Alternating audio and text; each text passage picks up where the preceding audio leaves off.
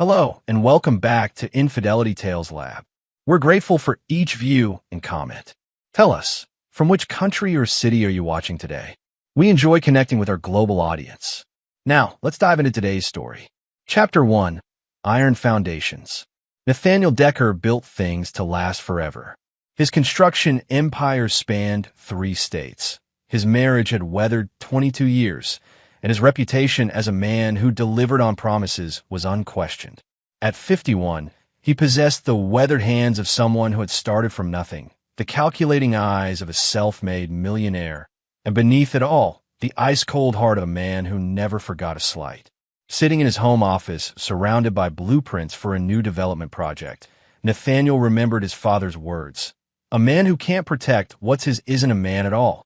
His father had been a steel worker who died young from a workplace accident, leaving Nathaniel to fend for his mother and himself at 16.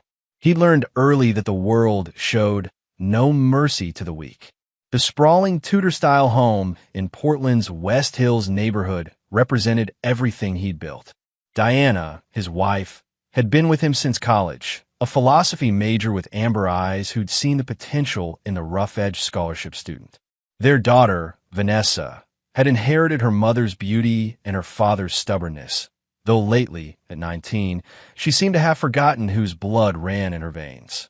Working late again, Diana leaned against the doorframe, her silk blouse untucked, a glass of wine in her hand. At 47, she still turned heads, a fact she'd been leveraging more frequently at charity events where Nathaniel's presence was optional. The riverfront deadline moved up. Commissioner wants the proposals by end of month. He didn't look up from his blueprints. You should let Roy handle more. Isn't that why you made him partner? She sipped her wine, studying him with something he might have once mistaken for concern. Roy Blackwell had been Nathaniel's right hand for 15 years. Brilliant with numbers, smooth with clients.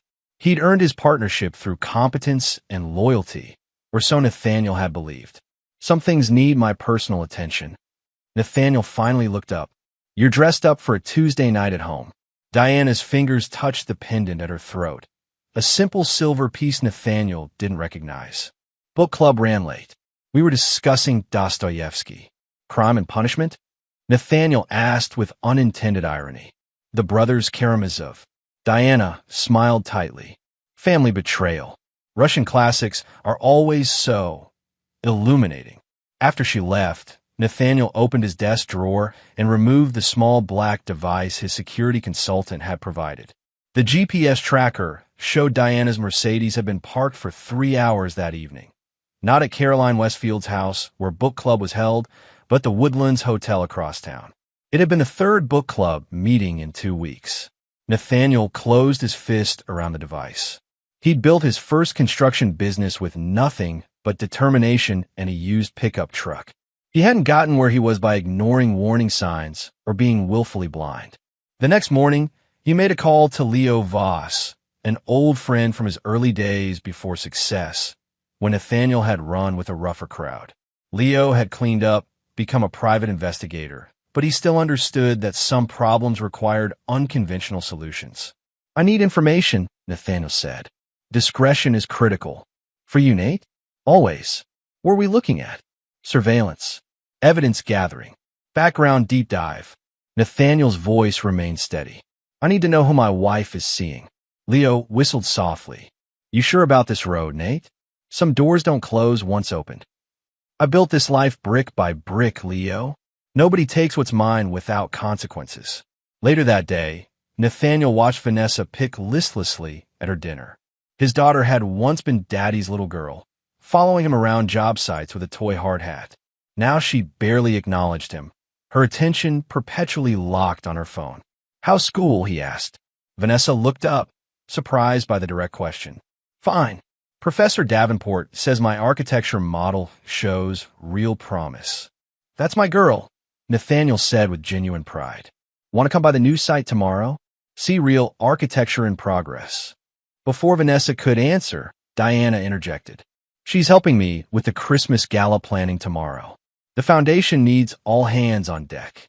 Christmas was still 3 months away, But the Decker Foundation's annual gala was Diana's pride and joy, and apparently, now a mother-daughter venture that excluded him. The look that passed between Diana and Vanessa spoke volumes. Vanessa shrugged. Maybe another time, Dad. That night, while Diana slept, Nathaniel scrolled through household phone records. Dozens of texts between Diana and an unsaved number. Calls at odd hours. In the darkness of his study, Nathaniel felt the rekindling of something he'd suppressed for decades. The cold rage that had once made him feared in his youth, before he'd channeled that energy into empire building. He texted Leo, "Need results faster. Whatever it costs." The reply came immediately, "On it." "But Nate, remember who you are now, not who you were." Nathaniel stared at the message. Leo didn't understand. The man he'd become, successful, respected, controlled, was just a more refined version of who he'd always been. Someone who never forgot and never forgave. Chapter 2. Fractured Glass. Leo's preliminary report arrived a week later via encrypted file. The photographs showed Diana entering the Woodlands Hotel, her hand casually linked with a man whose face remained partially obscured. Roy Blackwell, his business partner, his friend. Nathaniel studied the timestamp. 2:17 p.m. on a Thursday, when both should have been at work. Diana's wedding ring gleamed on her finger in the sunlight, a circle of broken promises. The betrayal was elegant in its simplicity. While he stayed late at the office, Roy had been leaving early. While Nathaniel focused on the business they'd built together, Roy focused on taking everything else. Nathaniel closed the file and called his assistant. "Cancel my afternoon, and give me everything we have on the Westlake project. All of Roy's projections, all the investor documentation." If Roy was betraying him personally, Nathaniel would find his professional vulnerabilities too. Nobody became his enemy without total war. That evening, he sat through another silent dinner, watching Diana text under the table while describing a charity auction she was organizing. Watching Vanessa glance nervously between them, clearly sensing the tension but misattributing its cause. "I'm thinking of taking a step back from some projects," Nathaniel announced. "Spending more time at home." Diana nearly choked on her wine. "That's unexpected. Why the sudden change?" "Family should be a priority," he said mildly, studying her reaction. "Don't you think?" "Of course," Diana recovered quickly. "We'd love having you around more. Wouldn't we, Vanessa?" Their daughter looked up from her phone, confused by being drawn into the conversation. "Sure. I guess." Later, he overheard Diana on the phone in her art studio, voice lowered. "He suspects something. No proof, just he's acting differently. We need to be more careful." Nathaniel retreated silently to his office. The following day, he had Leo plant listening devices in Diana's car, in her studio, and in Roy's office. He needed evidence, not just of the affair, but of their plans, their conversations about him. Betrayal was rarely simple. It was a tapestry of lies, and he intended to unravel each thread. He began speaking with the company's legal team about restructuring options, carefully examining the partnership agreement he'd signed with Roy years earlier. He contacted old clients and suppliers, strengthening relationships that had been primarily maintained by Roy. The foundations for countermeasures were being laid, brick by careful brick. Meanwhile, Vanessa grew increasingly hostile. Dinner conversations were punctuated by her sighs and eye rolls whenever Nathaniel spoke. After one particularly tense meal, he confronted her in the kitchen. "Something you want to say to me directly, instead of these theatrics?" Vanessa slammed her glass down. "Maybe I'm tired of watching you treat Mom like she's your employee instead of your wife." "And what exactly does that mean?" "It means you're never here. It means all you care about is your precious company while Mom handles everything else. Do you even know what she does all day? Do you know what I'm studying beyond something with buildings?" "Architecture with a minor in urban planning," Nathaniel replied evenly. "You're in your sophomore year, carrying a 3.8 GPA, and your advisor is Professor Malcolm Davenport, who's overseeing your scholarship project on sustainable community design." Vanessa blinked, thrown off balance. "I pay attention to what matters, Vanessa. More than you might think." "Then why aren't you ever around? Why does Mom always look so unhappy?" Vanessa's anger had crumpled into confusion. Ask her about Roy, Nathaniel said quietly. Ask her about all those late book club meetings. He walked away, leaving Vanessa stunned in the kitchen. It was a calculated risk, using his daughter as an unwitting investigator. But she deserved to know what kind of mother she was defending so vigorously. That night, the surveillance audio delivered results. Vanessa confronting Diana in her studio, Diana's initial denials, then the tearful confession when pushed. It's complicated, honey. Your father and we've been living separate lives for years. He has his work. I found something else. Someone who really sees me. Dad's partner? Are you serious? How could you do this to our family? Roy understands me in ways your father never has. We connect intellectually, emotionally. Does Dad know? A pause. I think he's suspicious, but he's so wrapped up in his business, he barely notices what's happening under his own roof. So what happens now? Vanessa's voice was small. I don't know, but Christmas is coming. Decisions will need to be made. Nathaniel switched off the recording. In his youth, before he'd built his legitimate empire, he'd broken a man's fingers for stealing from a job site. He'd left another with cracked ribs for disrespecting his mother. That capacity for violence had never disappeared. He'd simply channeled it into business aggression, into controlled ruthlessness that scared competitors but stayed within legal boundaries. Now, he felt that old violence stirring again. But this time, fists wouldn't be enough. This required a more sophisticated destruction. The next morning, Nathaniel arrived at the office early and accessed Roy's computer while the building was empty. The password, Diana's birthday, was pathetically easy to guess. What he found confirmed his suspicions. Roy and Diana had been together for nearly a year. Emails, calendar entries for meetings at hotels, even a folder of photos too intimate for Nathaniel to examine fully. But there was something else. Files on company projects with adjustments to numbers. Proposals Roy was developing to approach investors behind Nathaniel's back, suggesting a restructuring that would push Nathaniel into a figurehead role. They weren't just having an affair. They were planning a coup, professional and personal. Nathaniel copied everything to a secure drive, restored Roy's computer to its original state, and left. Outside, the autumn air was crisp with promise. Winter was coming, bringing Christmas and the annual Decker Foundation Gala. The perfect stage for what he now planned. Chapter 3. Shattered Illusions.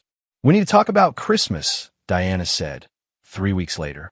The tension in the house had been building, a pressure system of unspoken accusations and plans. She sat across from him in his study, elegant in a cashmere sweater he didn't recognize. Another gift from Roy, perhaps.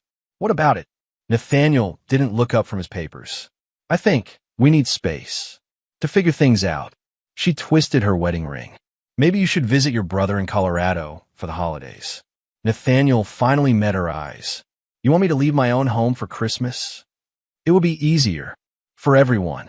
She looked away. Vanessa agrees. The confirmation stung more than he'd expected. His own daughter, choosing sides. You've discussed this with her? She's an adult, Nate. She sees what's happening between us. Does she? Does she see everything, Diana? Diana stiffened almost imperceptibly. She sees a workaholic father who's never been present and a mother who's trying to salvage some happiness. Nathaniel leaned back, studying the stranger his wife had become. And Roy?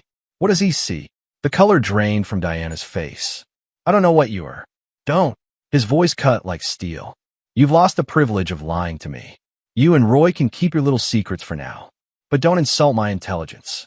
Diana recovered quickly, her shock transforming into cold defiance. Fine. Yes, Roy and I have become close. He listens. He's present. He makes me feel valued. While collecting a partnership share of a company I built. How convenient for him. This isn't about money. Diana stood, suddenly angry. This is about 20 years of emotional neglect. About building a life with someone who treats his family like another business asset. Nathaniel remained seated, unmoved by her performance. If you want to leave, leave. The door has always been open. And give you the satisfaction of being the abandoned husband? Let you keep everything while I start over at 47. Diana laughed bitterly. I've invested my life in building yours, Nate. I deserve better than walking away with nothing. There it was, the truth beneath the justifications. Diana wasn't leaving because she wouldn't get enough. She was staying to take more. "So Christmas?" he asked quietly. "Don't come for Christmas," Diana said coldly. "It's better for everyone if you're not here." Later that evening, Vanessa cornered him in the kitchen. Her eyes were red-rimmed, her posture defensive. "Mom told me you know about Roy." Nathaniel nodded, pouring himself a whiskey. "And you knew before I did." "I just found out when." She stopped, the lie half-formed. "When you confronted her after our conversation," Nathaniel finished. "I heard the recording, Vanessa." Her eyes widened. "You're spying on us?" "In our own home. I'm gathering information about people conspiring against me." "Location is irrelevant." Vanessa shook her head in disgust. "This is why Mom wants someone else. You treat everything like a military operation. No emotion, just strategy." "Emotion is luxury for people who can afford to be weak." Nathaniel took a sip of whiskey. "Your mother made choices. So did Roy. Actions have consequences. God, listen to yourself. This isn't one of your business deals. This is our family. Family doesn't betray each other, Vanessa. A lesson you seem to have missed." Her laugh was harsh, reminiscent of her mother's earlier. "We'll pretend we don't know you," Vanessa said with cruel glee. "That's what Christmas will be like. A fresh start without your shadow over everything. Roy's even talking about taking us to Europe next summer, a real family vacation."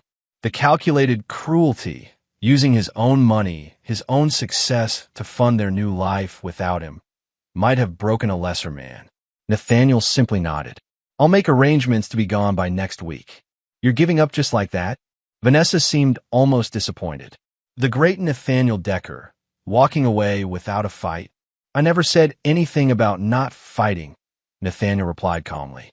"I said I'd be gone. Those are different things." Vanessa stormed out, slamming the door with teenage dramatics that belied her age. Nathaniel finished his whiskey and made a call. "Leo, accelerate everything. I need the full package in 48 hours. "That's pushing it, Nate. We're still compiling the offshore accounts in 2 days, Leo. Then we move." Nathaniel stayed away from the house for the next week, renting a penthouse downtown and working remotely. To Diana and Vanessa, it looked like surrender. To Roy, whose expression held poorly disguised triumph during their brief interactions at the office, it looked like victory. Let them believe what they needed to.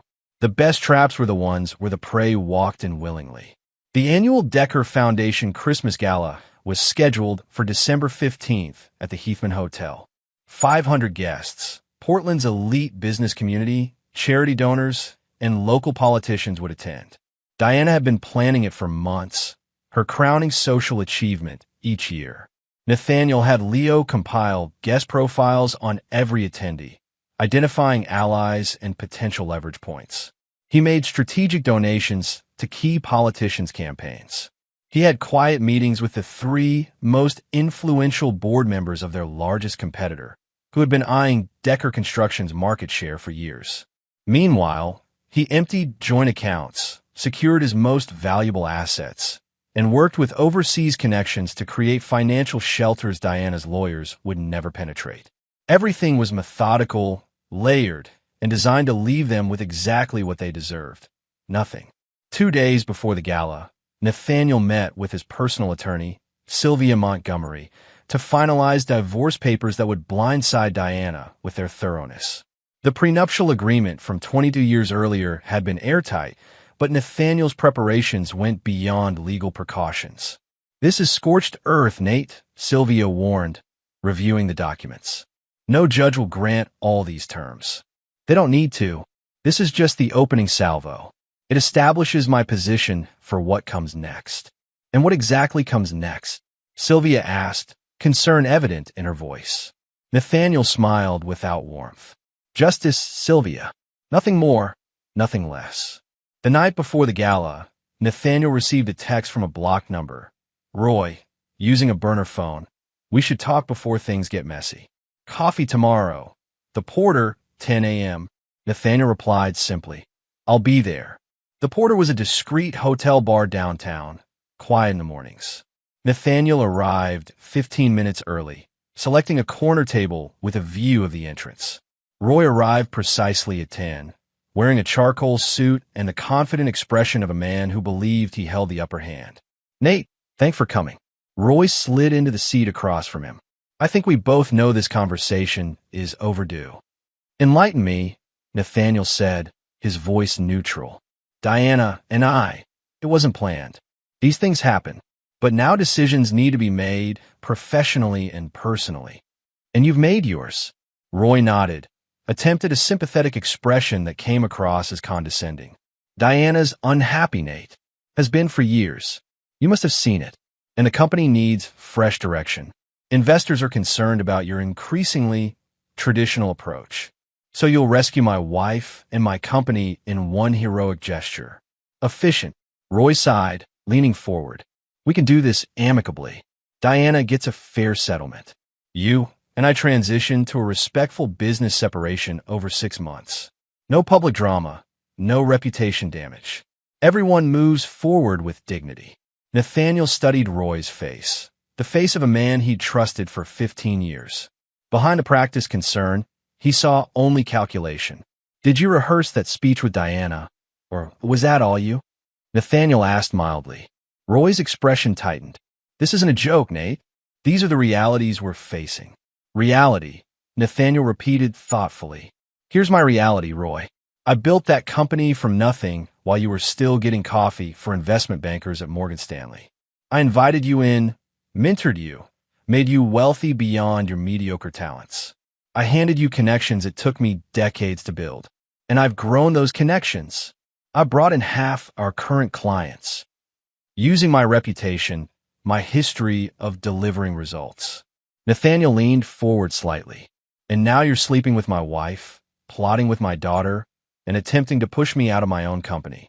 That's my reality." Roy had the decency to look uncomfortable. "It's more complicated than." "It's exactly that simple," Nathaniel cut him off. "But here's what you've forgotten, Roy. I wasn't born into success.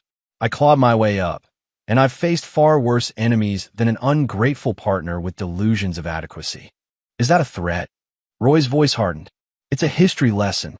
Nathaniel stood, tossing cash on the table for his untouched coffee. "I'll see you at the gala tomorrow night. We can continue this conversation there, with all our cards on the table."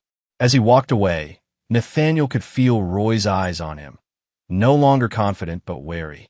Good. Fear was the beginning of wisdom. That afternoon, a courier delivered a package to Nathaniel's penthouse. Inside was a silver-framed family photo from years earlier, Nathaniel, Diana, and a teenage Vanessa at the Grand Canyon.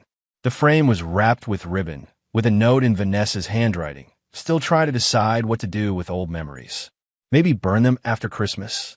The petty cruelty was Diana's influence, Nathaniel was certain. Vanessa had always been more direct in her anger, less calculated. Now she was becoming her mother's daughter completely, learning lessons that would ultimately damage her far more than him.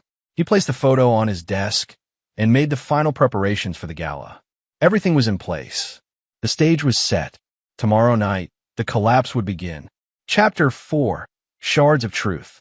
The Heathman Hotel ballroom sparkled with Christmas elegance, crystal chandeliers, evergreen garlands, and the subtle ostentation of old Portland money trying to outshine new tech wealth.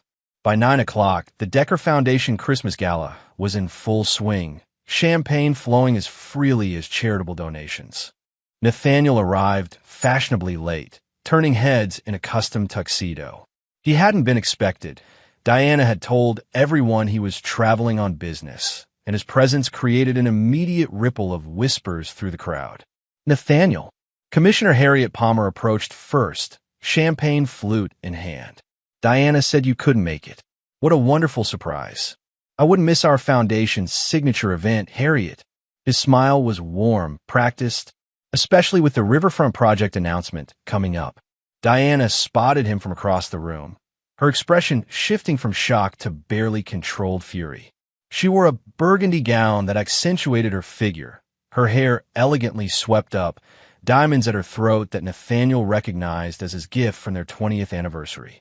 Before she could intercept him, Nathaniel moved purposefully through the crowd, shaking hands, having brief conversations with key business associates and politicians.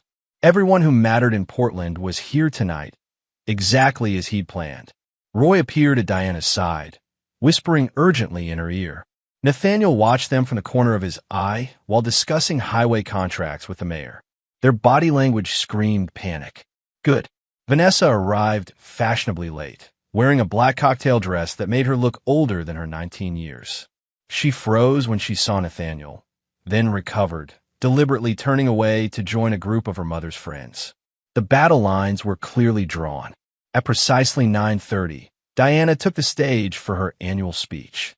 She'd always been a natural public speaker, and tonight she shone with practiced charm as she welcomed guests and thanked donors. If any of the attendees noticed her strained smile when acknowledging my husband Nathaniel's continued support, they were too polite to show it. This year's gala benefits Portland's homeless youth initiatives, Diana continued.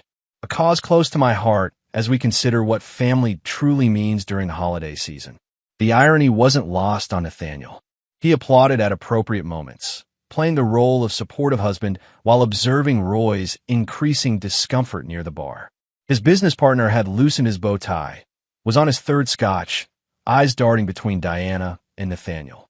After the speech, as the band resumed playing, Nathaniel approached his wife. Lovely words, Diana. Very moving. What are you doing here?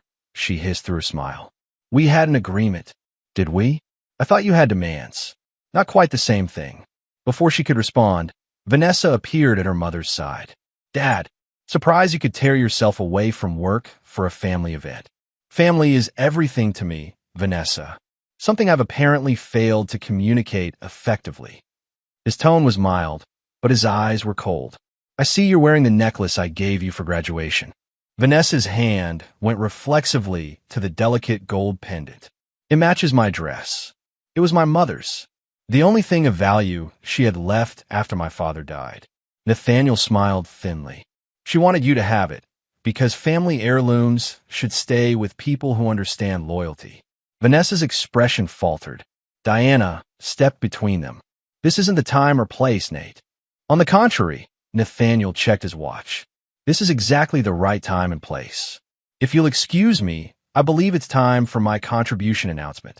He walked to the stage before they could stop him, taking the microphone with the easy confidence of a man used to commanding attention. Good evening, everyone. For those I haven't had the chance to speak with yet, I'm Nathaniel Decker. My wife Diana has done a magnificent job organizing tonight's event, as she does every year. Polite applause followed as Diana watched with thinly veiled apprehension from the floor. The Decker Foundation has always supported causes that strengthen our community, particularly those involving children and families. Nathaniel paused, surveying the room. Tonight, I'm announcing a personal contribution of $5 million to establish the Nathaniel Decker Truth and Loyalty Scholarship Fund for Disadvantaged Youth. The crowd murmured in appreciation. $5 million was far more than their usual contributions. This fund will operate independently from the Decker Foundation, under my personal direction. Nathaniel's gaze found Diana's. Recent events have reminded me how important it is to safeguard one's legacy and ensure it isn't compromised by others. Roy was moving toward the stage now, recognizing the thinly veiled shot. Additionally, Nathaniel continued, I'm announcing a significant professional development. After 15 years of partnership, Roy Blackwell will be transitioning out of Decker Construction, effective immediately. The room went silent. Roy froze mid-step. Roy has decided to pursue other interests. Nathaniel smiled coldly. I'm sure many of you will join me in wishing him well in his future endeavors, whatever those might be. Though I recommend extreme caution in any financial entanglements. Diana was pushing through the crowd now, panic evident in her movements. As for Decker Construction, we're entering an exciting new phase. I've signed a merger agreement with Westlake Developers, combining our operations under my continued leadership. The paperwork was finalized this afternoon. Gasps and whispers rippled through the room. Westlake was their largest competitor. The merger would create the dominant construction firm in the Pacific Northwest and completely blindside Roy, who had been negotiating with several of their clients behind Nathaniel's back. I won't take more of your time, Nathaniel concluded smoothly. Please enjoy the evening, continue giving generously, and remember that appearances can be deceiving, even with those closest to you. Thank you. He stepped down from the stage as chaos erupted in whispered conversations across the ballroom. Diana reached him first, gripping his arm with trembling fingers. What the hell do you think you're doing? She hissed. Protecting what's mine, Nathaniel replied calmly. You should have remembered who you were dealing with, Diana. Roy pushed through the crowd, face flushed with anger and humiliation. You can't force me out. We have a contract, which you breached in paragraph 17.3 when you approached Meridian investors without board approval, Nathaniel countered quietly. And again in paragraph 29.8 when you misrepresented construction timelines to the lakeside developers. I have the documentation, Roy. All of it. Roy paled visibly. Those were preliminary discussions, not.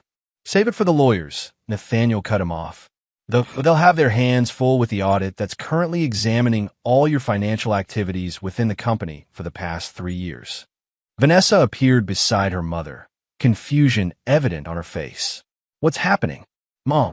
Diana's composure was cracking. Your father is having some kind of breakdown. Creating drama, To what, Diana? Nathaniel interjected. To expose the truth? That seems like something worth doing, don't you think? Other guests were watching now, pretending not to listen while absorbing every word of the unfolding drama. This isn't over, Roy growled, stepping closer. Oh, it's over for you, Nathaniel replied, voice dangerously soft. But you're right that we're just getting started. There's still the matter of the Cayman accounts. Roy froze, color draining from his face. Did you really think I wouldn't find them? Nathaniel shook his head in mock disappointment. 300,000 siphoned through inflated subcontractor invoices. Not very original, Roy. I expected better from you. You have no proof, Roy whispered. Nathaniel smiled thinly.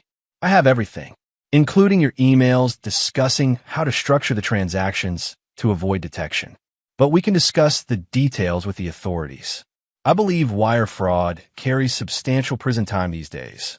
Diana stepped between them, her voice a controlled hiss. Stop this now, Nate. People are watching. Let them watch, Nathaniel replied. Transparency is cleansing. Speaking of which, I've taken the liberty of having your belongings moved to Roy's condo, Diana. The locks at our home have been changed. You can't do that, Diana gasped. I already have. The divorce papers will be delivered tomorrow morning.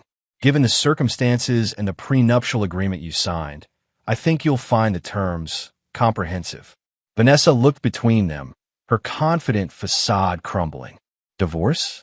But what about? You're welcome to join your mother at Roy's place, Nathaniel told his daughter coldly, though you might find it crowded. The audit has frozen his assets, and I imagine the bank will be foreclosing on the condo once his fraud is fully documented. The ballroom had gone quiet, the band faltering as the drama unfolded. Hundreds of Portland's elite were witnessing the implosion of what had appeared to be a perfect family and business partnership. You've lost your mind, Diana whispered, tears threatening to spill. This vendetta will destroy everything. No, Diana. You and Roy destroyed everything when you betrayed me. Nathaniel straightened his tie.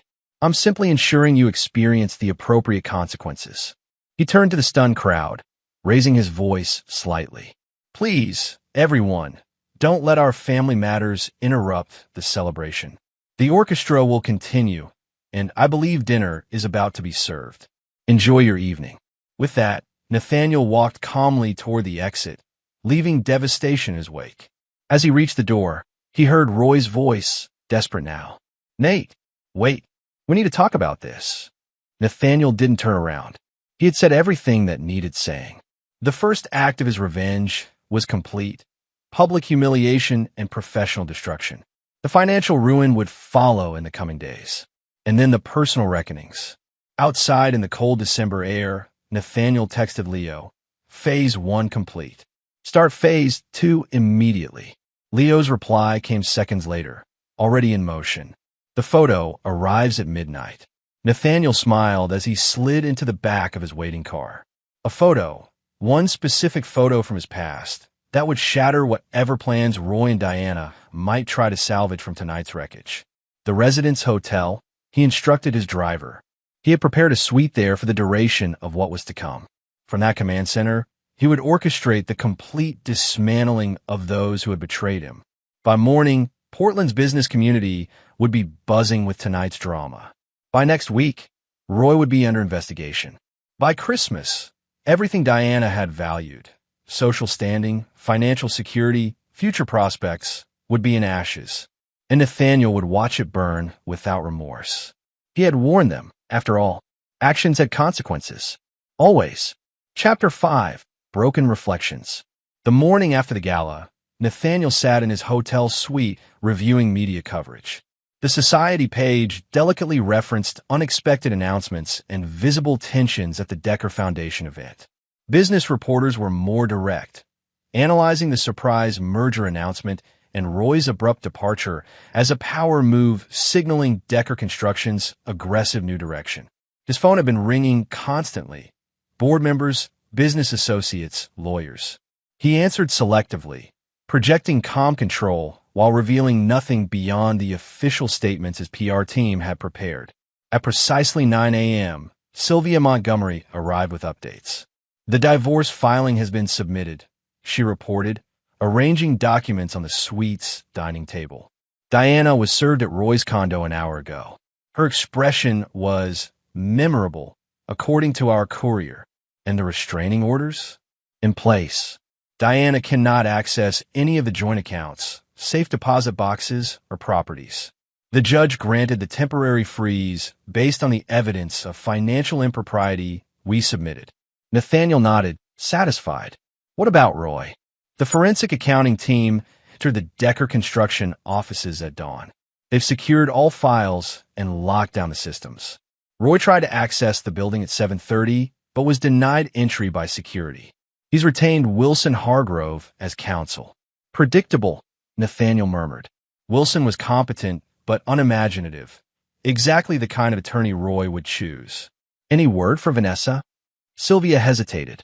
She's made several attempts to access your personal accounts. The banking alerts show 3 tries with incorrect passwords on your investment portfolio. The betrayal stung anew. His own daughter, attempting to raid his finances before the dust had even settled. Activate the secondary security protocols, Nathaniel instructed, and have Leo track her movements. I want to know who she's talking to, where she's going. Nate, Sylvia's voice softened. She's your daughter.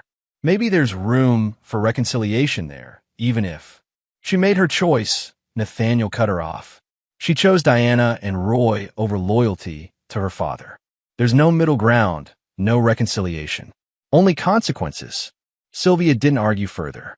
She'd known Nathaniel long enough to recognize when his mind was set. What about the photo Leo mentioned? The one being delivered to Roy. Nathaniel checked his watch. It should have arrived at midnight. We'll know soon enough if it had the desired effect. The photo was from 25 years earlier. Nathaniel, much younger, standing over a bloodied man in an alley behind a bar in North Portland. Few people knew about Nathaniel's rougher beginnings, the lengths he'd gone to establish himself when he was first starting out.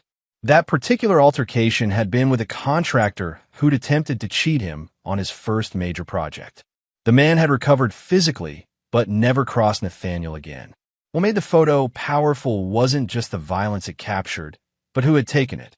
Maxwell Harmon, now a federal judge with jurisdiction over white-collar crime cases in Oregon. Back then, Max had been Nathaniel's friend, watching his back during his climb up from nothing. Their paths had diverged professionally, but the connection remained, a brotherhood forged in harder times. If Roy saw that photo, he would recognize Judge Harmon immediately. He would understand that any legal challenges to Nathaniel would ultimately land before a judge with his own secrets to protect, a judge who owed Nathaniel his career. At 10:17 a.m., Leo called. Package was delivered as planned, he reported. Surveillance shows Roy opened it at 12:43 a.m. Diana was present. The reaction was significant. Details Nathaniel demanded. Roy recognized the implications immediately. There was an argument between them.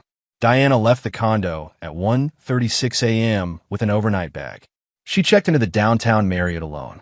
And this morning, Roy made 3 calls to Judge Harmon's office, all unanswered. He then spent 40 minutes on the phone with Wilson Hargrove. From what we could gather, he's reconsidering his legal strategy. Perfect. Nathaniel allowed himself a small smile. What about Vanessa? She spent the night at her friend Tara's apartment. She's been making calls to Diana all morning, but her mother isn't answering. Her last attempt was a text message saying, "Dad planned this all along." We played right into it. At least his daughter was perceptive, Nathaniel thought. Too late to save herself, but perceptive nonetheless. Stay on them, he instructed Leo. I want to know every move, every conversation. The next 3 days unfolded according to Nathaniel's meticulous plan.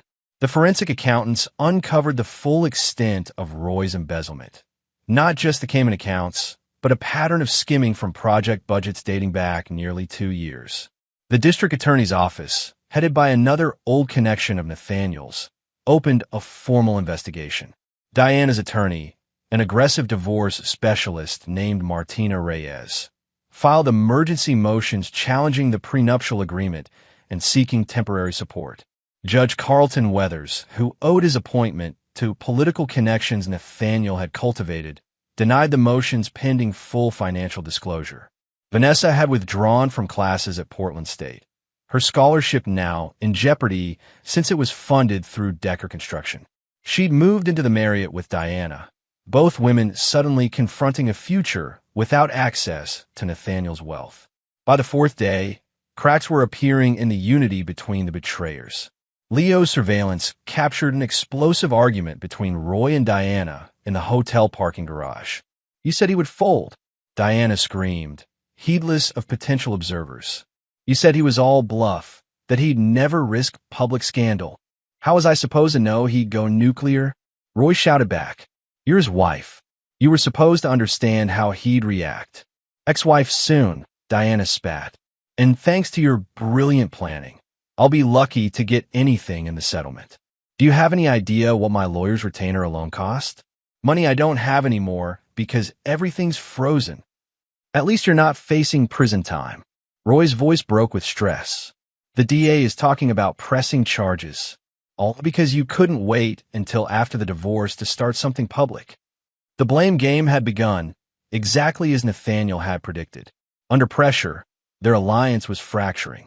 Roy and Diana had believed themselves clever enough to outmaneuver him, not understanding that he had been planning for betrayal since the first suspicious late-night book club meeting. On the 5th day, everything changed. Nathaniel was reviewing merger documents in his hotel suite when Leo called, his voice tight with urgency. Vanessa went to see Judge Harmon. Nathaniel sat up straighter. "When?" "This morning, 8:45 a.m. She was in his chambers for nearly an hour. Audio? None. His office is swept regularly for devices. But she left looking determined. Went straight to the Marriott, packed her things, and checked out. She's not answering Diana's calls. This was an unexpected development. Vanessa going rogue from Diana's influence could complicate matters. Where is she now? That's the other thing. Leo hesitated. She's in the lobby of your hotel. Has been for 20 minutes. Looks like she's waiting for you. Nathaniel considered his options. Confronting Vanessa hadn't been part of today's plan, but adaptability was essential in any strategic campaign. Send her up. Minutes later, Vanessa stood in his suite doorway, eyes red-rimmed, but chin lifted in defiance. She looked younger somehow, more like the daughter he remembered from before the estrangement began. "You're going to destroy them," she said without preamble. "It's not enough for you to win. You want them ruined." Nathaniel gestured for her to enter. "Those aren't mutually exclusive concepts." Vanessa stepped inside, but remained standing. "I saw Judge Harmon this morning. I'm aware." "Of course you are," she laughed bitterly. "You're aware of everything, aren't you? Have you been watching me this whole time? Since before Christmas? Before Mom and Roy?" "Protecting what's mine requires vigilance," Nathaniel replied evenly. "What did Maxwell have to say?" "He told me everything. About your past.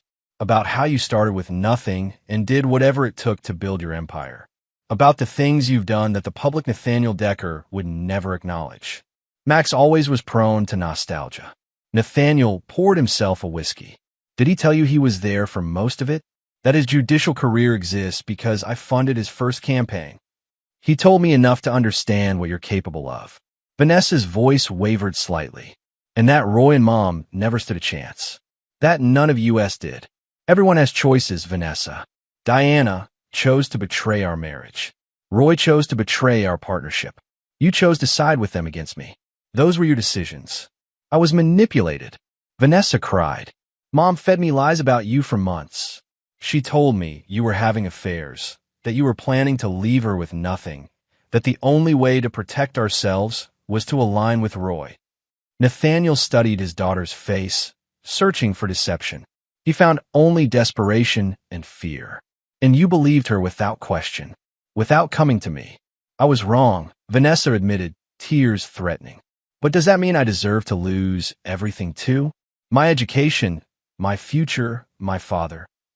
For a moment, looking at his daughter, Nathaniel felt the first flicker of doubt about his scorched earth approach. Vanessa had been manipulated, certainly. She was young, impressionable, loyal to the mother who had been her primary caregiver, while Nathaniel built the business that supported them all. Then he remembered her cruel words. We'll pretend we don't know you, she had laughed. The calculated delivery of the family photo with its threatening note about burning memories. The attempts to access his accounts after the gala. Actions have consequences, he said finally. That's the most important lesson I can teach you. Vanessa stared at him, hope draining from her expression. So that's it? I'm collateral damage in your war against Mom and Roy. What exactly did you expect coming here today? Forgiveness? A blank check? Your scholarship reinstated while I continued dismantling the lives of the people you chose to align with. I expected a father, Vanessa shouted. Someone who could separate his daughter's misguided loyalty from actual betrayal. Someone who could show mercy to his own child, even while destroying his enemies. Nathaniel set down his glass. Here's what I can offer. A one-way ticket to your grandfather's farm in Minnesota. He'll take you in. You can finish your education at the state university there. I'll arrange transfer of credits. You'll receive a modest monthly allowance for essentials, nothing more. No access to family assets.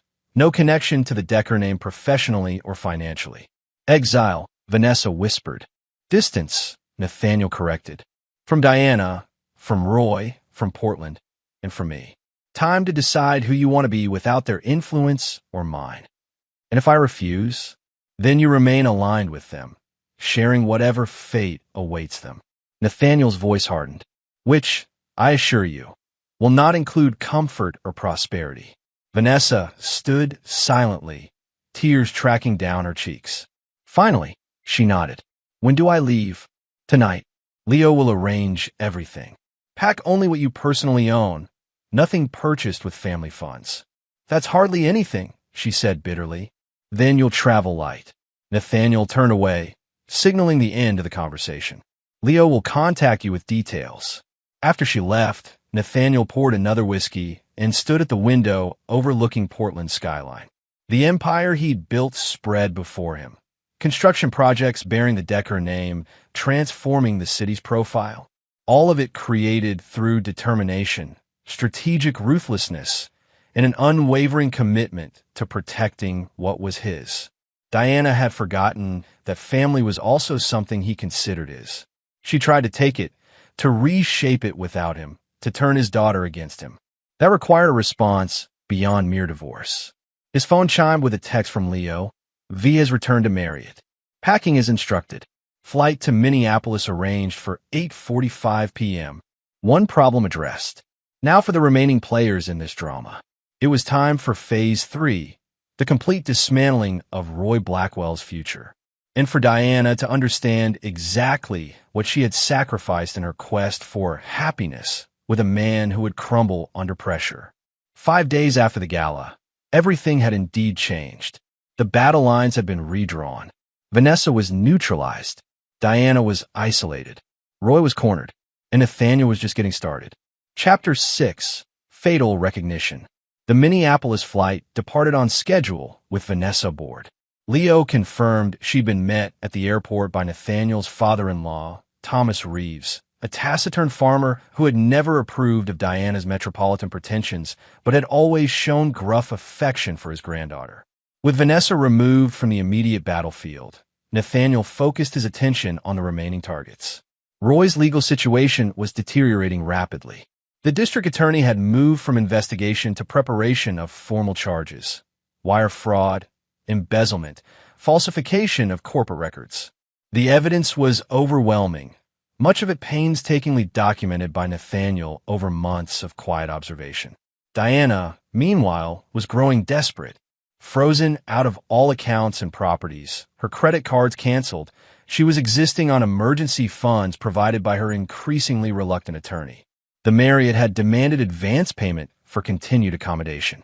Her social circle, witnessing her spectacular fall, had begun the inevitable distancing that accompanied scandal among Portland's elite. On the sixth day after the gala, Nathaniel relocated from the hotel to a luxury waterfront apartment he maintained under a holding company name, a property unknown to Diana or Roy. From this new command center, he prepared for the next phase of his strategy. "Diane has tried to contact your brother in Colorado," Leo reported during their morning briefing. "Thomas intercepted the call at your parents' old number. She was looking for leverage, asking about family history, old grudges, anything she could use." Nathaniel smiled thinly. "My brother hasn't spoken to me in 15 years. She's grasping at straws. She's also reached out to 3 former employees who left Decker Construction under less than ideal circumstances, offering to compare notes about your business practices." "Predictable," Nathaniel murmured. "Any takers?" "None so far. They seem more afraid of you than interested in her offers." That fear was well-earned. Nathaniel had never been vindictive toward employees who simply sought better opportunities elsewhere. But those who had attempted to damage his company on their way out had learned hard lessons about his long memory and extensive influence in Portland's business community. "What about Roy? Any movement there?" Leo consulted his tablet. "He met with the DA yesterday. Trying to negotiate a deal, I'm guessing." Left looking shaken. His attorney filed a motion to dismiss the corporate fraud allegations, citing lack of evidence. But Judge Harmon has already denied it. As expected, Nathaniel studied the skyline through floor-to-ceiling windows. "Time to accelerate. Have the package delivered to Roy's office today. You sure about the timing? Once this moves forward, it's time, Leo. Make it happen." The package contained documentation of Roy's other indiscretions, not just financial, but personal. Evidence of a second affair with the wife of State Senator Martin Collins, a key member of the infrastructure committee that approved major construction contracts. Photos, text messages, hotel receipts. A comprehensive record of betrayal that would destroy Roy's last hope of professional rehabilitation. Delivering it to Roy's office rather than his condo was deliberate.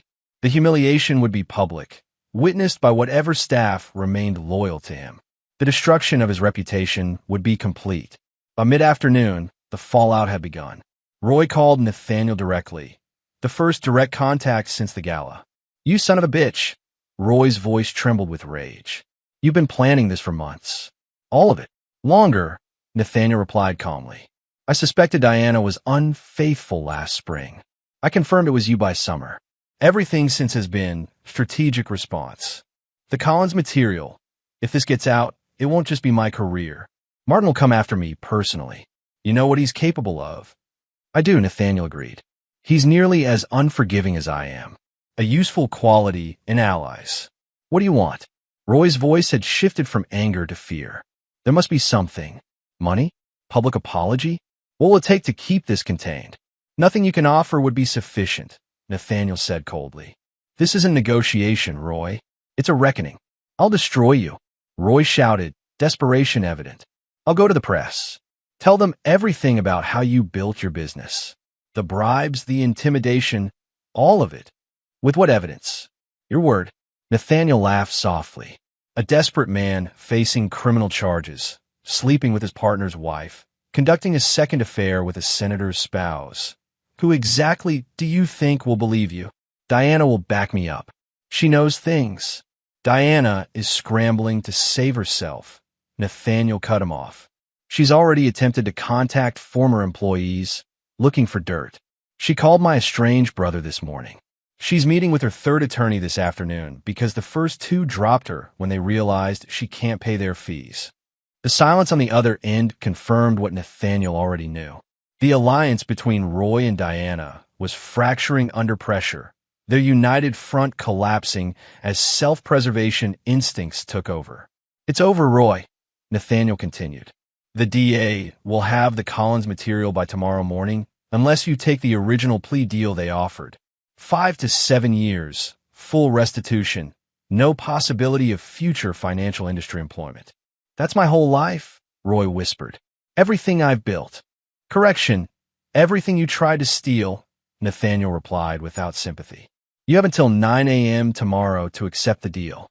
After that, Senator Collins receives the full documentation of your affair with his wife.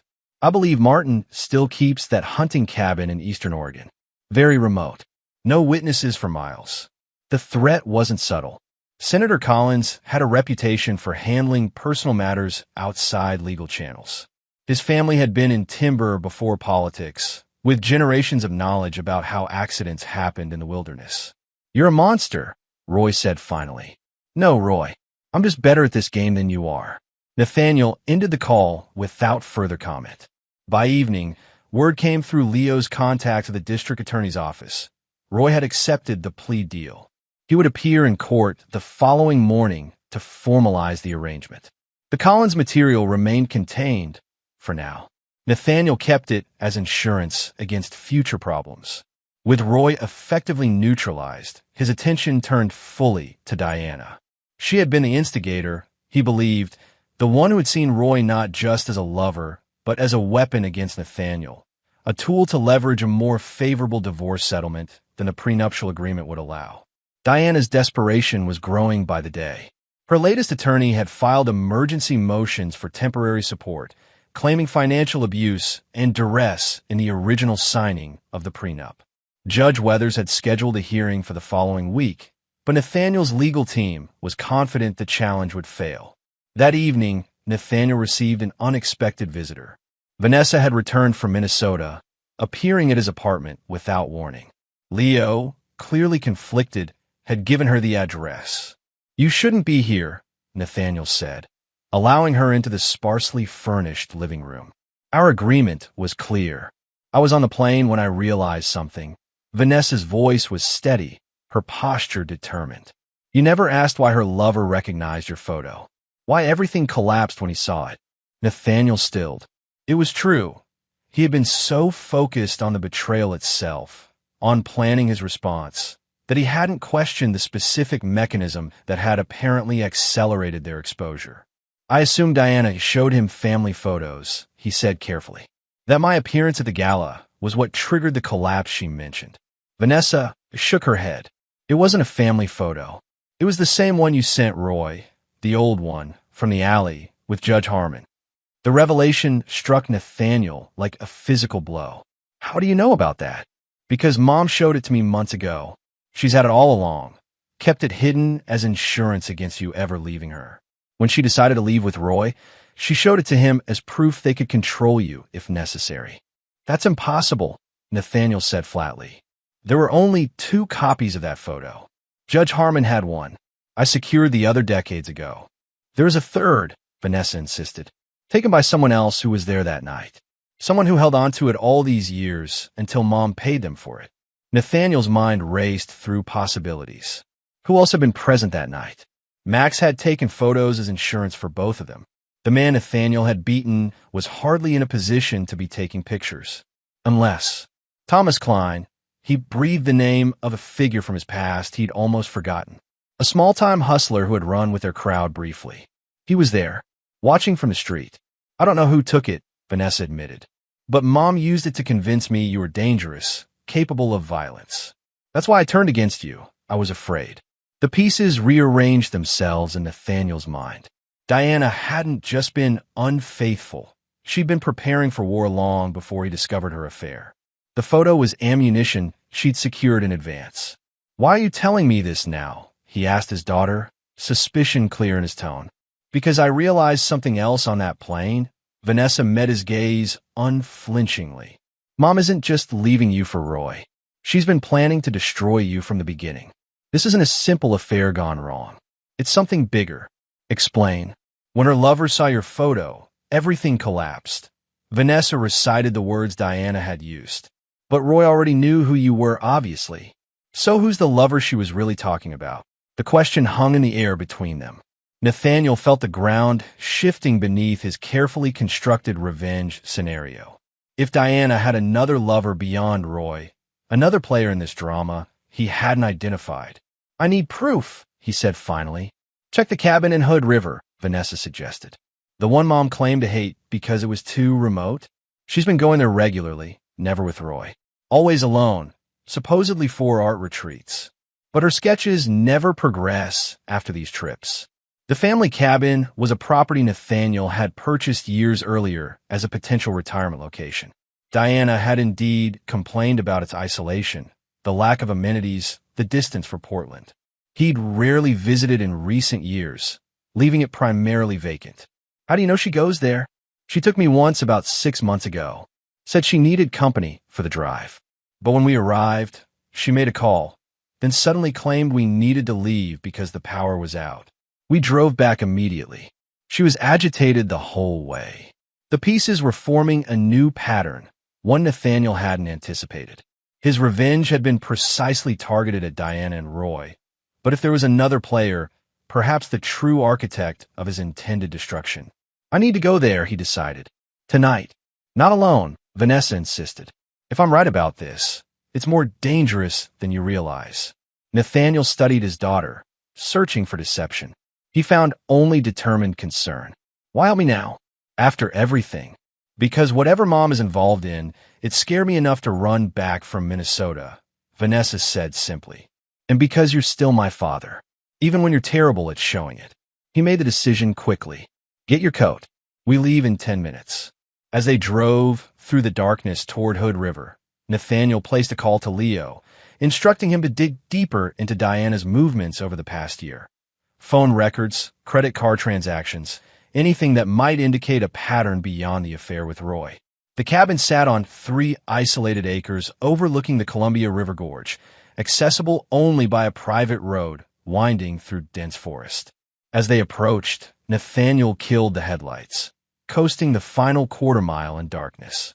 No other vehicles, he observed as they parked behind the cabin, hidden from the main road. Maybe they're inside already, Vanessa whispered. Using his key, Nathaniel entered silently through the back door. The cabin was dark, but showed signs of recent occupation. Fresh firewood stacked by the stone fireplace, dishes drying on a rack in the kitchen. Someone's been here, he confirmed, moving cautiously through the main room. Recently, Vanessa followed closely behind him as they checked each room. The cabin appeared empty, yet disturbed in subtle ways. A drawer partially open in the bedroom. A laptop charging cable without its computer on the desk in the study. Dad, look at this. Vanessa pointed to the corkboard hanging in the small office. While mostly empty, it contained a single photograph pinned in the center. Nathaniel shaking hands with Mayor Lewis at the groundbreaking for the Riverfront project. The photo had been published in the Portland Business Journal 3 weeks earlier. His face had been circled in red marker. What the hell? Nathaniel murmured, stepping closer. The sound of a vehicle approaching cut through the silence. Headlights swept across the windows as a car pulled into the front drive. Hide, Nathaniel instructed Vanessa, guiding her toward the bedroom closet. No matter what you hear, stay there until I come for you. Once she was concealed, Nathaniel positioned himself in the shadows of the hallway, with a clear view of the front door. He heard a key in the lock, then the door swung open. Diana entered first, followed by a man Nathaniel didn't recognize, tall, silver-haired, wearing an expensive overcoat. As they stepped into the light of the entryway, the man's face became visible. Recognition hit Nathaniel like a thunderbolt. Victor Hargrove, Wilson Hargrove's father, the former district attorney, now senior partner at the law firm representing Roy. And if Nathaniel's memory served, a man with connections to the development company that had suspiciously outbid Decker Construction on 3 major projects in the past year. Are you sure he doesn't know about this place? Victor was asking Diana, helping her remove her coat. Nathaniel never comes here, Diana assured him.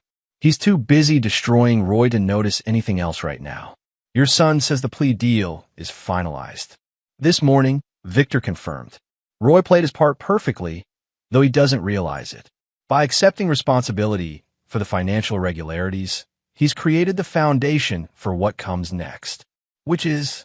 Diana moved into the kitchen, pouring 2 glasses of wine. The Portland Business Bureau has scheduled an emergency meeting tomorrow to review all current Decker construction contracts in light of the corruption concerns. Your husband's precious riverfront project will be the first casualty. Diana smiled coldly. And with the DA focused on Roy, no one's looking at the real financial manipulations. Exactly.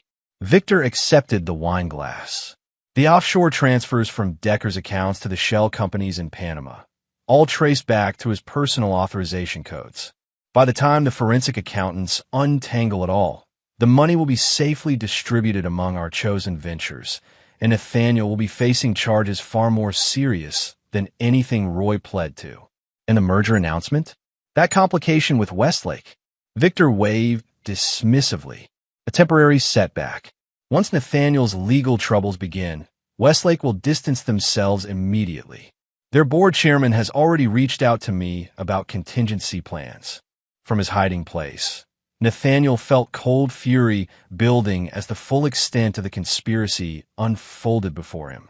This wasn't just an affair, not just Diana and Roy plotting a favorable divorce. This was a coordinated takedown of his entire empire, orchestrated by Victor Hargrove, using Diana and Roy as pawns. The affair had been genuine. Diana's betrayal with Roy was real, but it was only one component of a much larger scheme. A scheme apparently involving fraudulent financial transfers using his authorization codes, the manipulation of the Portland Business Bureau, and the undermining of the riverfront project that represented the crown jewel of Decker Construction's current portfolio. What about Vanessa? Diana asked, sipping her wine. I'm worried about her running back to Nathaniel. If she tells him about this place. She knows nothing concrete, Victor assured her. And by tomorrow afternoon, it won't matter. Nathaniel will be in custody. Your divorce will proceed under much more favorable circumstances with him facing criminal charges, and your financial future will be secure through our arrangement. And Roy? What happens to him? Victor's expression hardened. He served his purpose. The plea deal ensures he can't testify against us without implicating himself further. He'll do his time, and if he's smart, he'll disappear afterward. The casual dismissal of Roy confirmed what Nathaniel had already suspected. Diana's affair had been calculated, possibly even encouraged by Victor as part of the larger plan. Roy was just another pawn, useful then discarded. What about the judge? Diana asked. Harmon? He and Nathaniel have history. Being addressed, Victor replied, cryptically, let's just say Judge Harmon has received some compelling reasons to recuse himself from any matters involving Decker Construction. Listening from the shadows, Nathaniel silently activated the recording function on his phone. Every word they spoke was now being captured. Evidence of conspiracy, fraud, and corruption at the highest levels of Portland's legal and business community. We should go, Victor was saying. The documents are prepared for tomorrow's filing. Once you sign them, everything is in motion. I just need a moment, Diana replied. I want to check that everything is in order here. As Victor moved toward the door, Diana headed toward the hallway where Nathaniel was concealed. He pressed himself deeper into the shadows, calculating his options. Direct confrontation would alert Victor, potentially compromising the recording he was gathering. But allowing Diana to discover Vanessa in the bedroom would be worse. Making a split-second decision, Nathaniel moved silently into the bedroom and closed the door just as Diana entered the hallway. He heard her footsteps pause, then continue past toward the office at the far end. Vanessa, he whispered urgently, opening the closet door. We need to leave. Now, use the window. The bedroom window opened onto a small side deck with stairs leading to the surrounding forest. Nathaniel guided his daughter through it, following close behind. They circled through the trees to where his car was parked, hidden from view of the cabin. What did you hear? Vanessa asked as they slipped into the vehicle. Enough, Nathaniel replied grimly, starting the engine and pulling away with lights still off. Diana isn't just leaving me for Roy. She's part of a conspiracy to steal my company, frame me for financial crimes, and destroy everything I've built. Who was that man? Victor Hargrove, a power player with grudges against me dating back decades. Nathaniel navigated the dark road carefully. This changes everything. The target isn't just Diana and Roy anymore. As they reached the main highway, Nathaniel called Leo, putting him on speaker. I need everything on Victor Hargrove, he instructed. Financial records, communications with the Portland Business Bureau, connections to Westlake Development, everything. And I need security at all my properties immediately, armed if possible. That's serious? Leo asked. They're moving against me tomorrow, planning to have me arrested for financial crimes they've committed using my authorization codes. Jesus, Leo breathed. How'd they get your codes? Nathaniel glanced at Vanessa, the pieces suddenly connecting. Diana has had access to my home office for years. She could have gathered that information gradually, passed it to Hargrove. Vanessa's expression crumpled. The time she sent me to distract you with questions about school or projects while she was supposedly looking for art supplies in your study. The betrayal cut deeper with each revelation. Not just an affair, not just a divorce play, but a years-long conspiracy to systematically dismantle everything he'd built. We have until morning, Nathaniel told Leo. Get everything you can, and contact Judge Harmon directly. Tell him Hargrove is moving against him too. As they drove back toward Portland, Nathaniel's mind raced with calculations, contingencies, counterattacks. The carefully orchestrated revenge he'd been executing against Diana and Roy now seemed inadequate, almost quaint compared to what he faced. This wasn't just about punishing betrayal anymore. This was war for survival. And Victor Hargrove had made a fatal miscalculation. He'd seen the businessman Nathaniel had become, controlled, strategic, operating within legal boundaries. He'd forgotten the man Nathaniel had been before, the street fighter who had clawed his way up from nothing, who understood that some battles couldn't be won playing by the rules.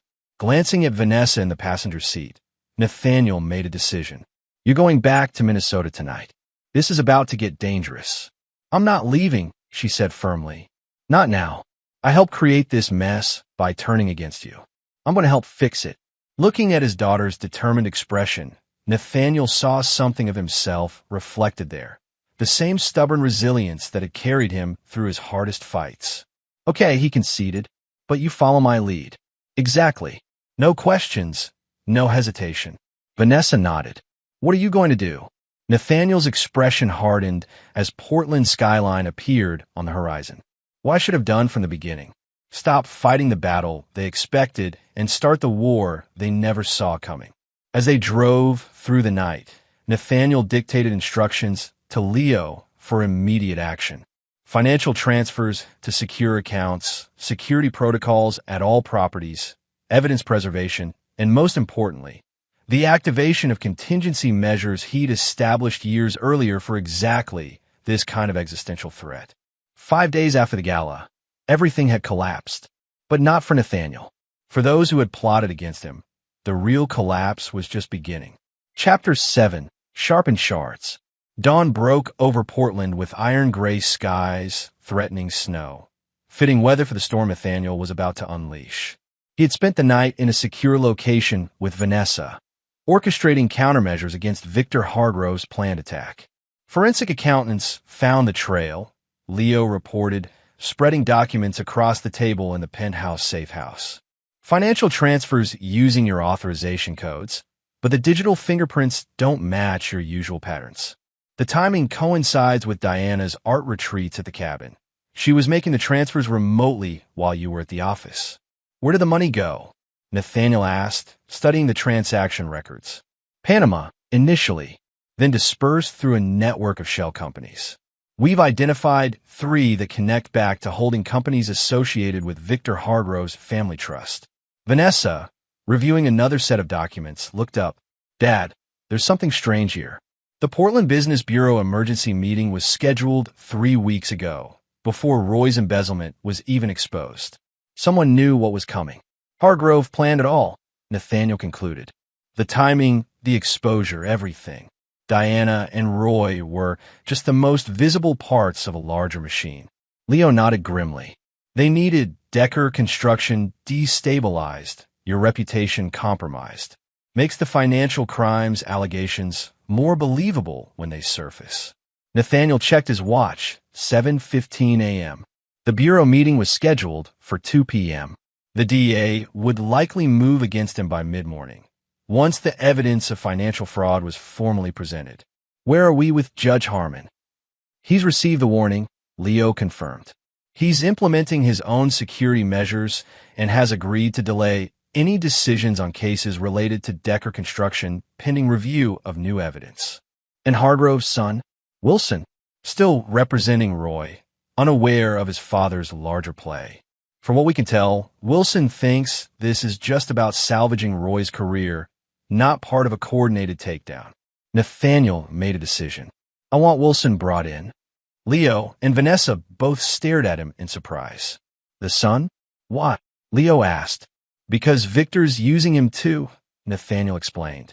Wilson has a reputation as an ethical attorney, despite his father's influence.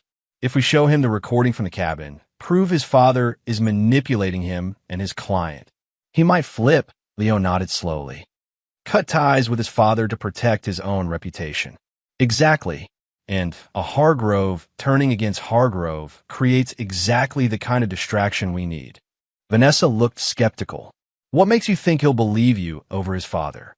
Because Wilson and I have history he doesn't advertise, Nathaniel revealed.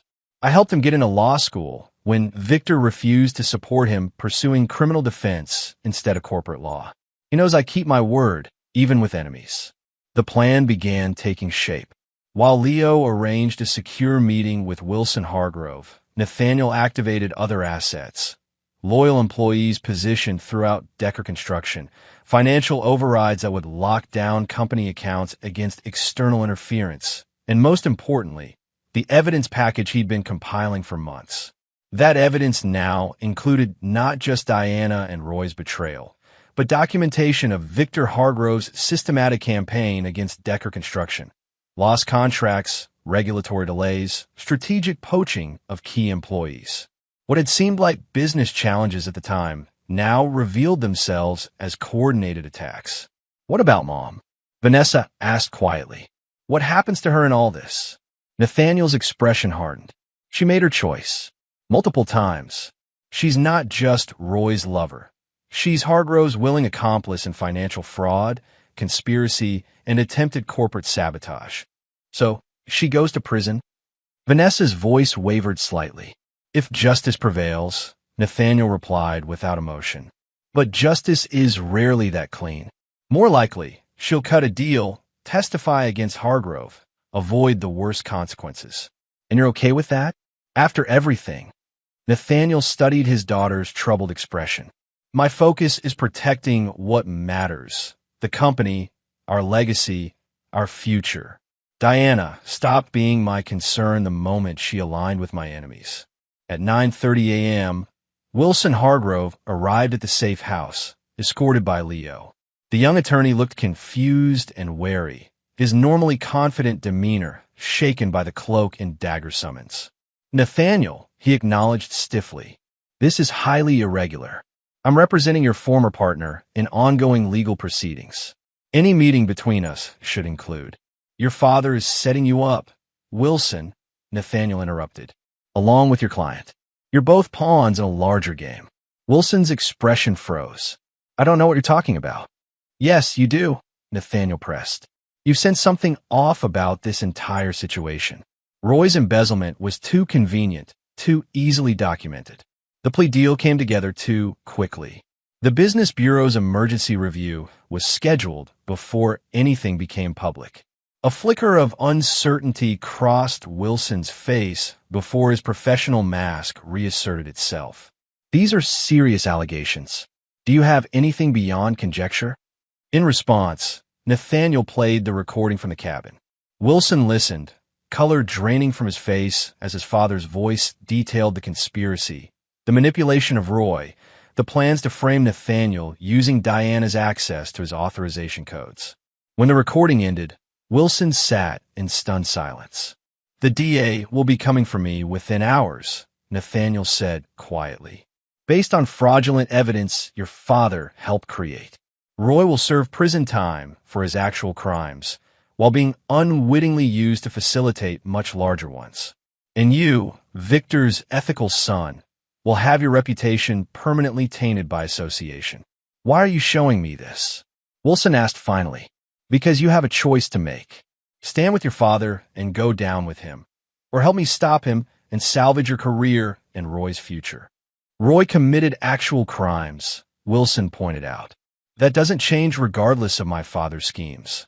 "Yes, but there's a difference between serving 5 years for embezzlement and being permanently blacklisted as part of a criminal conspiracy against a major regional employer," Nathaniel countered.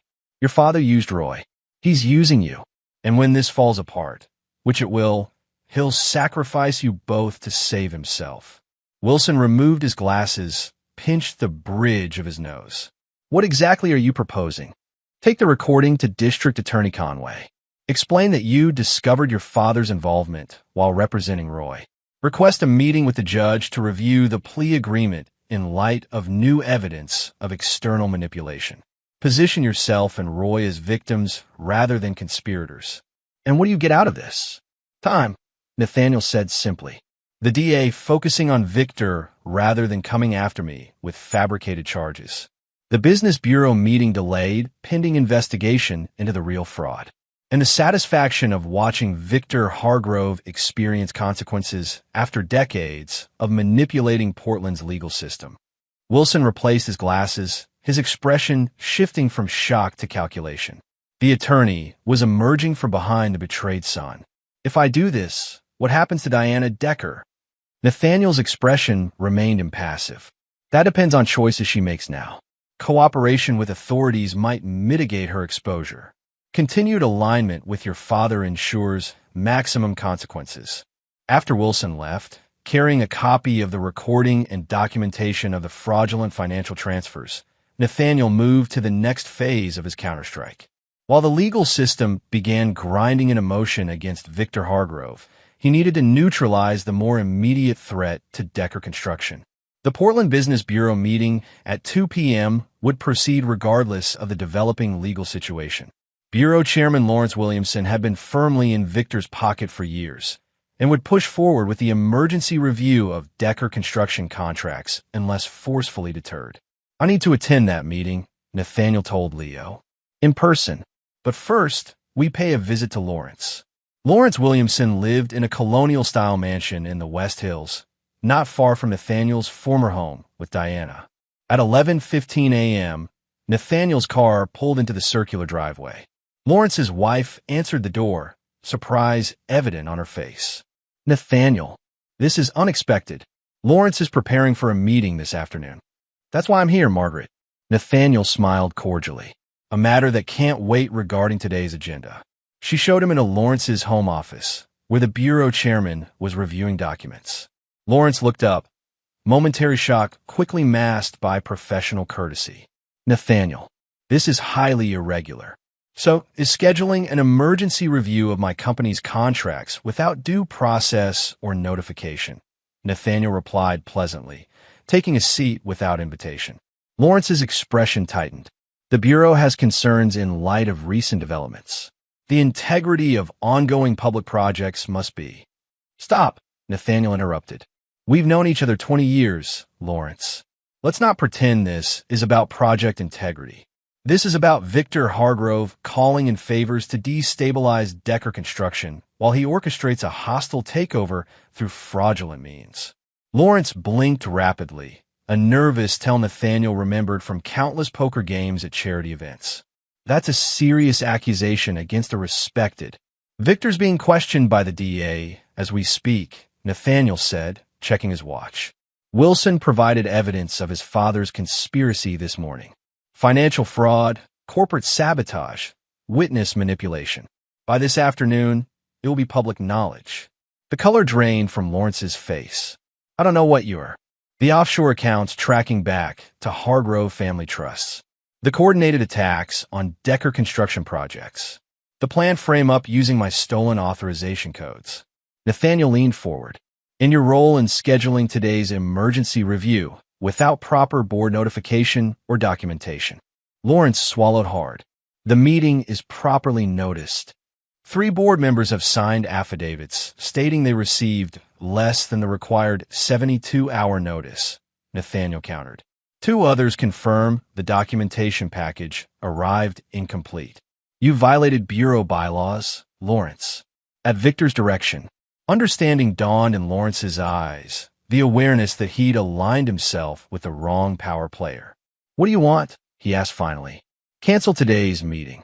Cite administrative irregularities requiring rescheduling. Issue a public statement confirming all Decker construction contracts remain in good standing pending normal quarterly review procedures. And if I refuse? Nathaniel smiled thinly. Then I'll present evidence at the meeting that you've received over $800,000 in consulting fees from Hargrove-affiliated companies over the past 5 years while serving as bureau chairman. A clear violation of conflict of interest provisions in the city charter. Lawrence's expression crumpled. You can't prove. Offshore transfers are remarkably traceable when you know where to look, Nathaniel replied. Victor was careless with your compensation, Lawrence. Or perhaps he kept the documentation as insurance against exactly this kind of situation. The choice was clear: cooperate with Nathaniel or face public disgrace alongside Victor Hargrove. Lawrence was a survivor above all else. I'll cancel the meeting, he conceded. Issue the statement as requested. Excellent. Nathaniel stood. I knew you'd make the rational decision. As he turned to leave, Lawrence called after him. This won't be the end, Nathaniel. Victor has allies throughout the system, people who owe him favors. So do I, Nathaniel replied calmly. And mine are more afraid of me than his are of him. By noon, the Bureau meeting was officially canceled. By 12:30, breaking news alerts reported that prominent attorney Victor Hargrove was cooperating with authorities investigating financial irregularities involving several Portland development projects. By 1:15, Victor had been formally arrested, charged with conspiracy, wire fraud, and witness tampering. Diana, meanwhile, had gone to ground. Leo's sources reported she'd checked out of the Marriott before dawn, leaving no forwarding information. Her attorney had withdrawn from representing her, citing irreconcilable differences regarding case strategy. Her credit cards showed no activity. Her phone was powered off. She's running, Leo observed when they reconvened at the safe house. Probably warned by Victor before everything collapsed. Where would she go? Vanessa asked, concern evident despite everything. She has a sister in Arizona, Nathaniel recalled. Estranged for years, but blood is blood when you're desperate. Want me to alert authorities there? Leo asked. Nathaniel considered the question. Diana fleeing was both predictable and potentially useful. Her disappearance would be interpreted as consciousness of guilt, reinforcing the narrative that she had been an active participant in Victor's conspiracy rather than an unwitting pawn. Not yet, he decided. Let her run for now. It serves our purposes. With the immediate threats neutralized, Victor in custody, the Bureau meeting canceled, the DA investigating the real conspiracy rather than the fabricated charges against Nathaniel, the focus shifted to rebuilding what had been damaged. The merger with Westlake is in jeopardy, Leo reported. Their board is spooked by the publicity, considering withdrawing from the agreement. I expected that, Nathaniel nodded. Contact Meridian Investments. Tell them Decker Construction is now available for the partnership deal Roy approached them about, but with legitimate terms, transparent structure. Vanessa looked up from her tablet where she'd been monitoring news coverage. You're giving away the deal Roy tried to steal? I'm turning his betrayal into an opportunity, Nathaniel corrected. Meridian has deeper pockets than Westlake, better political connections. They were always the superior partner. Roy just approached them with a corrupt proposal that would have benefited him personally at the company's expense. The strategy was classic Nathaniel, identifying leverage points and redirecting momentum. The failed conspiracy had created openings that would ultimately strengthen his position. The company would emerge more powerful, his control more secure, his reputation as someone not to be crossed even more firmly established. As evening approached, Nathaniel received a call from Wilson Hargrove. "My father is looking at serious time," Wilson reported, his voice tight with controlled emotion. The evidence was overwhelming once authorities knew where to look. "He's attempting to negotiate a deal, but the DA isn't feeling generous." And Roy, the judge has agreed to review his plea agreement in light of evidence he was manipulated by my father.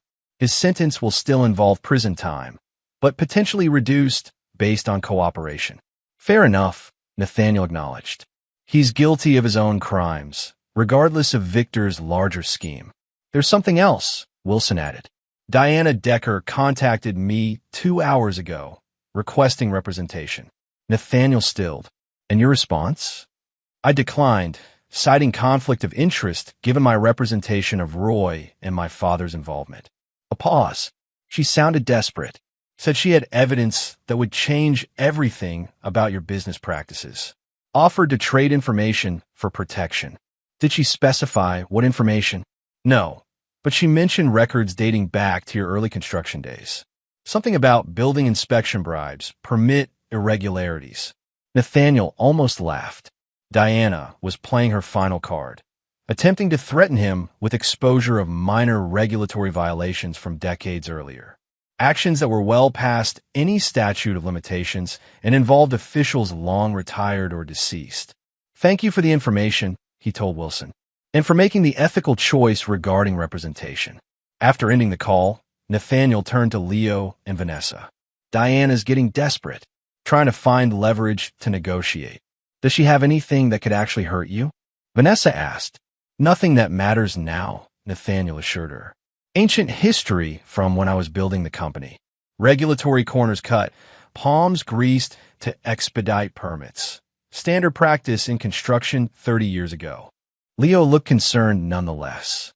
"Desperate people are dangerous, Nate. If she can't hurt you legally, she might try other approaches."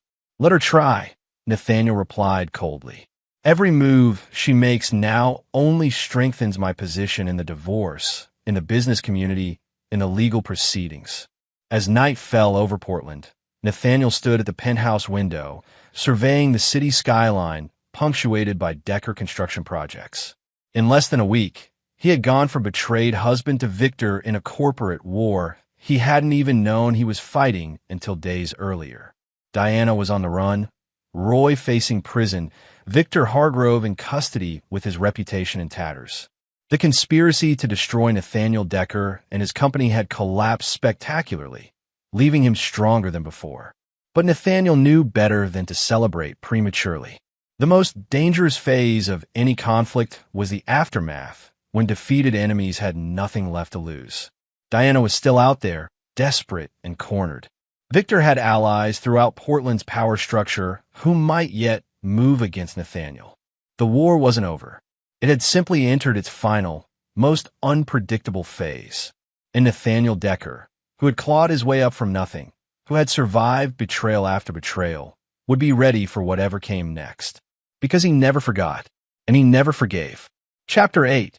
Blood from Stone. 3 days after Victor Hargrove's arrest, Portland was still reeling from the scandal. Front-page headlines detailed the expanding investigation into corruption within the city's development ecosystem. Victor's former clients were scrambling to distance themselves. Projects were being re-examined for evidence of impropriety, and the political fallout extended to City Hall, where 2 commissioners with ties to Hargrove had abruptly announced personal leave. Nathaniel observed the chaos with cold satisfaction from his temporary command center. His own company had emerged remarkably unscathed, positioned as a victim of Hargrove's conspiracy rather than a participant in the city's endemic corruption. The Riverfront project had received expedited reapproval from a chastened planning commission eager to demonstrate transparency. The merger with Westlake had collapsed as expected, but preliminary agreements with Meridian Investments were progressing smoothly. "The media narrative has fully shifted in our favor," Leo reported during their morning briefing. "You're being portrayed as the honest businessman who exposed corruption, the loyal husband betrayed by conspirators. Public sympathy is running high." Perception management is critical at this stage, Nathaniel acknowledged. What about Diana? Still off-grid. Hasn't used credit cards. Phone remains inactive. But we had a hit from a facial recognition scan at a bus terminal in Boise yesterday. Heading east, it appears. Not Arizona, then, Nathaniel noted. Interesting. She's avoiding the predictable sanctuaries. Vanessa, who had been monitoring legal developments, looked up from her laptop. Roy's revised plea hearing is scheduled for tomorrow. His attorney, new counsel, not Wilson Hargrove, has filed for leniency based on extraordinary circumstances of manipulation and coercion. Nathaniel wasn't surprised. Roy was attempting to recast himself as another victim of Victor's machinations, minimizing his own agency in the betrayal and embezzlement. It was a predictable legal strategy, though unlikely to spare him from significant consequences. Let him try, Nathaniel said dismissively. The evidence of his personal choices, the affair with Diana, the financial theft, the corporate sabotage, speaks for itself. The intercom buzzed, and Leo answered. His expression changed as he listened to the security team downstairs. Sir, Officer Brandon from Portland PD is here. Says he needs to speak with you regarding a security matter. Nathaniel frowned slightly. He had no scheduled interactions with law enforcement today. Send him up. Officer Brandon was a broad-shouldered veteran with graying temples and the weathered expression of someone who had seen too much during his years on the force. He declined Nathaniel's offer of coffee, getting straight to business. Mr. Decker, we've received information that concerns your personal safety, he began without preamble. A credible threat has been identified against you by one of our confidential informants. What kind of threat? Nathaniel asked, immediately alert. A contract, Officer Brandon replied bluntly. Someone has put money out for physical harm. Our informant didn't have specifics on the target date, but the intent was clear and the money significant enough to attract serious attention in certain circles. Do you know who's behind it? Though Nathaniel already had his suspicions. Nothing confirmed, Brandon said carefully, but the timing suggests connection to recent events. Given your role in exposing the Hargrove situation, there are several potential sources. Nathaniel nodded thoughtfully. What are your recommendations? Increase personal security, vary your routines, limit public appearances temporarily. We'll assign additional patrols near your known residences and workplaces, but a threat of this nature requires personal vigilance. After Officer Brandon departed, promising to share any additional information as it developed, Leo and Vanessa looked at Nathaniel with concern. Victor, Leo guessed. Possibly, Nathaniel acknowledged. He has connections in darker corners of Portland, but he's under heavy scrutiny now, limited in his movements and communications. Mom, Vanessa suggested hesitantly. Could she be that desperate? Nathaniel considered the possibility. Diana had never demonstrated violent inclinations, but desperation changed people. Still, arranging a contract hit required underworld connections she likely didn't possess. There's another possibility, he said finally. Roy's former associate from his financial consulting days. Some operated in gray areas, had connections to less reputable clients. He might have reached out, called in favors. I'll intensify surveillance on all potential threats, Leo promised, and beef up your security detail immediately. The threat, while concerning, was not entirely unexpected. Nathaniel had made powerful enemies by exposing the conspiracy. That someone would resort to physical intimidation or worse was simply another challenge to be managed, another attack to be neutralized. Later that afternoon, Nathaniel received an encrypted email from a secured account, Diana, breaking her silence. The message was brief. We need to talk. Not about reconciliation. About survival. For both of us. The River Garden, 7 p.m. tonight. Come alone or don't come at all.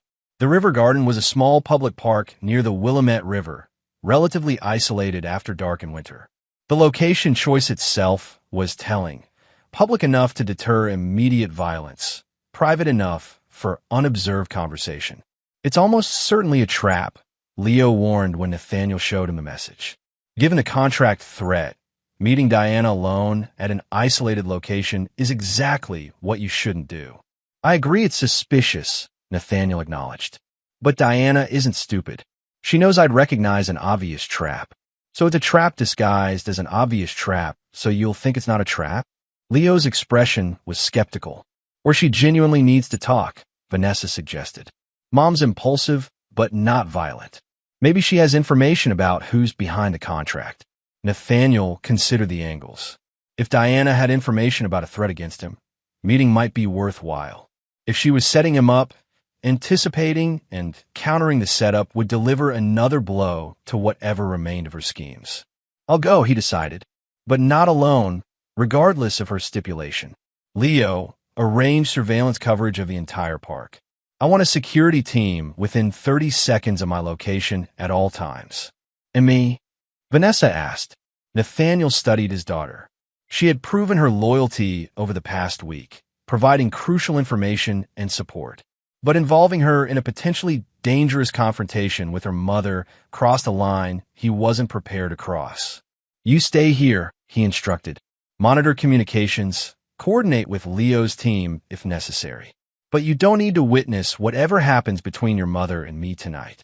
The river garden was deserted when Nathaniel arrived at 6:55 p.m. Winter darkness had fallen hours earlier, and the park's sparse lighting created pools of visibility surrounded by shadow. He positioned himself near a fountain at the center. Maximum visibility in all directions, multiple exit routes available. Diana appeared precisely at 7 o'clock, emerging from the riverside path. She looked diminished somehow, her normally immaculate appearance replaced by practical, nondescript clothing, her confident posture now hesitant and wary. You came, she observed, stopping several yards away. I wasn't sure you would. Curiosity, Nathaniel replied simply. What's so important that you'd risk meeting after running? Diana glanced around nervously before speaking. Victor's people are looking for me. Not the police, his other associates. The ones even he fears. Why? Because I know things about operations beyond Portland, beyond construction and development. Victor's network extends into areas that don't tolerate exposure or weakness. Nathaniel studied her carefully, looking for deception. And this concerns me how? Because they're behind a contract on you, Diana said bluntly. Not Victor directly. He's too compromised now. But his partners, the ones who stand to lose millions if the investigation expands beyond Portland. They see you as the primary threat, the one who brought everything down. You could have sent this information anonymously, Nathaniel pointed out. Why meet in person? Diana's laugh was brittle. Because I need protection, Nate. I know you've frozen me out financially, that divorce proceedings are underway, that I'm potentially facing criminal charges. But right now, we have mutual enemies who are more dangerous than our grievances against each other. The proposal was becoming clear. Diana was offering information in exchange for protection, a temporary alliance against Victor's more shadowy associates.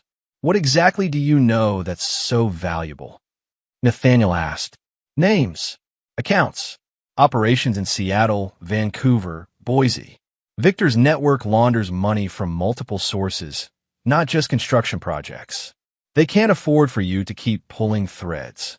Nathaniel considered her words carefully. Diana had always been intelligent, observant.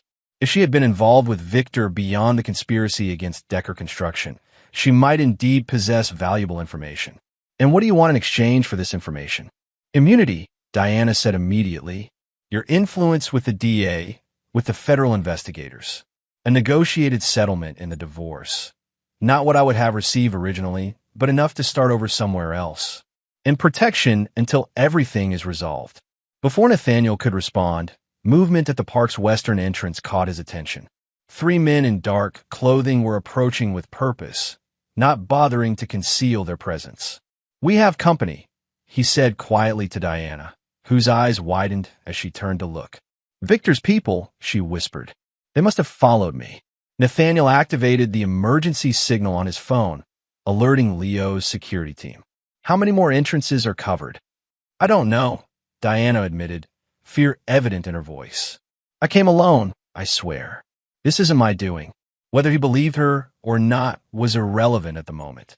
The immediate threat required action. Nathaniel took Diana's arm, guiding her toward the eastern path that led to where his security detail was positioned. Move quickly, but don't run, he instructed. Running triggers pursuit instincts. They had covered half the distance to the eastern exit when two more figures appeared, blocking that escape route. The fountain area where they stood was rapidly becoming encircled. Nathaniel's security team would be moving in, but the situation was deteriorating faster than anticipated. The men approaching were professionals, coordinated movements, maintained spacing, hands concealed in ways that suggested weapons. "Nate, I'm sorry," Diana whispered, clinging to his arm. "I never meant for this to happen. Any of it." "Save the apologies," Nathaniel replied coldly. "This isn't over yet." He spotted a maintenance shed near the southern edge of the park, a potential temporary shelter with only one approach direction to defend. As he calculated their best route, the lead figure from the western entrance called out, "Ms. Decker, Mr. Hargrove sends his regards. He'd like to continue your previous discussion." The deliberate announcement was telling. These weren't assassins coming to execute a contract. At least not immediately. They wanted Diana, likely for the information she claimed to possess about Victor's wider network. "They're after you, not me," Nathaniel observed quietly. "For now," Diana responded. "But once they have me, you're next. I'm just more vulnerable." The approaching men were closing the circle methodically, professionals executing a planned containment. Nathaniel could now see subtle earpieces, the outline of weapons beneath jackets. Where was his security team? A sudden commotion at the northern entrance provided the answer. Leo's men had engaged with another group of Victor's people, creating a distraction and potential opening. "Now," Nathaniel said, pulling Diana toward the gap in the encirclement. "Move!" They sprinted across the open space, pursued by shouts, and then the unmistakable sound of suppressed gunshot. Concrete chipped near Nathaniel's feet. A warning shot or near miss. Leo himself appeared at the park entrance, gesturing urgently toward a waiting SUV with darkened windows.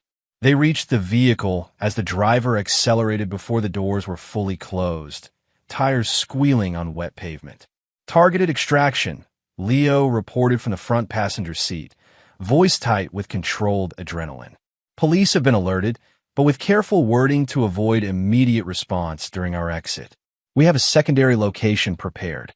Diana sat trembling in the back seat beside Nathaniel, her earlier confidence completely shattered. "They'll keep coming," she whispered. "Victor's network won't stop until they have me. Or worse." "They won't get the chance," Nathaniel replied, already planning several moves ahead. "Leo, take us to the west waterfront property. It's time to draw them out completely." "The old warehouse?" Leo asked dubiously. "That's not secure, Nate." "That's the point," Nathaniel replied with cold calculation. "We're done playing defense. If Victor's network wants to find Diana, let's give them exactly what they want." As they drove through Portland's industrial district, Nathaniel explained his plan. The waterfront warehouse was one of his earliest investments, converted years ago into a seemingly abandoned property that actually housed sophisticated security systems and multiple escape routes. "You're using me as bait," Diana realized with horror. "After everything, you're still planning to sacrifice me?" "No," Nathaniel corrected. "I'm using the prospect of you as bait while keeping you secured in a panic room with a direct tunnel to the river. When they come, we'll capture them, extract information about their network, and leverage that information to dismantle Victor's entire operation." Diana studied his face in the dim light. "You've become someone I don't recognize. You never really knew me, Diana. You saw what you wanted to see, the polished businessman, the provider, the safe choice. But I was already this person when we met. I just kept that side controlled." At the warehouse, Leo's team had already prepared the facility. Diana was placed in the secure room despite her protests, while Nathaniel positioned himself in a control center overlooking the entire property through hidden cameras. The trap didn't require long to spring. Less than an hour after their arrival, surveillance spotted 3 vehicles approaching from different directions. 8 men, moving with professional precision, clearly intent on breaching the warehouse. What they didn't know was that their every movement was being monitored, their communications intercepted, their faces recorded by high-definition cameras that would identify them within hours. Nathaniel watched coldly as they entered the kill box he'd prepared. The team used sophisticated equipment to bypass the first layer of security, equipment that had been deliberately left vulnerable. They moved deeper into the facility, unaware they were being herded toward a particular section where Nathaniel had prepared his surprise. When they reached the central bay, bright lights suddenly flooded the area, temporarily blinding them. Before they could react, security shutters slammed down, physically separating them from each other. Capture teams emerged from hidden positions, overwhelming each isolated individual with non-lethal but completely effective force. Within minutes, all 8 men were secured. 2 hours of interrogation later, Nathaniel had everything he needed: a complete breakdown of Victor's extended network, financial records of laundering operations spanning multiple states, names of corrupted officials across the Pacific Northwest. "You're a dead man," one of the captured operatives spat when brought before Nathaniel. "You have no idea who you're up against." "On the contrary," Nathaniel replied calmly, "I know exactly who I'm up against, and I know how to eliminate them, starting with you." The man's confidence faltered as Nathaniel explained exactly what would happen next.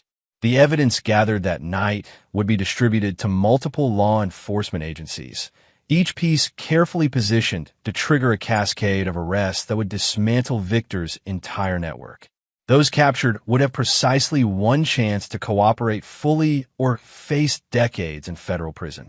Dawn was breaking when Nathaniel finally spoke with Diana again. She sat in the secure room, surrounded by evidence of the operation's success, realizing she had underestimated the man she'd known for over 20 years. "It's finished," he told her. "Victor's network will be destroyed within 48 hours. You'll go into federal protection until the trials are complete. After that, you'll get exactly what the prenuptial agreement specified. No more, no less." "And what about us? About Vanessa?" Diana asked. "There is no us anymore, Diana. As for Vanessa, she's learning difficult lessons about loyalty. Lessons you both should have learned years ago." Chapter 9. Ashes and Iron. The next 6 weeks saw the systematic destruction of Victor Hargrove's criminal network. Federal agents executed simultaneous raids across 4 states. Corrupted officials resigned in disgrace. Construction companies implicated in money laundering filed for bankruptcy. The scandal consumed Portland's corruption-infected power structure like a wildfire, leaving nothing but ashes in its wake. Roy Blackwell pled guilty to reduced charges in exchange for testimony against his former associates. His 5-year sentence was handed down in a packed courtroom where he never once met Nathaniel's cold gaze. Victor Hargrove himself died awaiting trial. Officially a suicide, though rumors circulated about retribution from his now exposed criminal partners. Diana accepted protective custody and eventual exile to Europe with a minimal settlement. The day before her departure, she wrote Nathaniel a final letter that went unanswered. She asked for forgiveness, for understanding, for some acknowledgement of their shared history. She received silence. Vanessa graduated early from her Minnesota program, distancing herself geographically and emotionally from the drama that had consumed her family. She declined Nathaniel's offer of a position at Decker Construction, choosing instead to work for an architecture firm in Chicago. Their conversations became increasingly rare, formal, devoid of warmth. "You're punishing her too?" Leo observed one afternoon. "Your own daughter." "She made choices," Nathaniel replied without emotion. "Adults face consequences for their choices." Decker Construction emerged stronger than ever from the crisis. The riverfront project was completed ahead of schedule, setting new standards for development along the Willamette. The merger with Meridian Investments created the largest construction firm in the Pacific Northwest.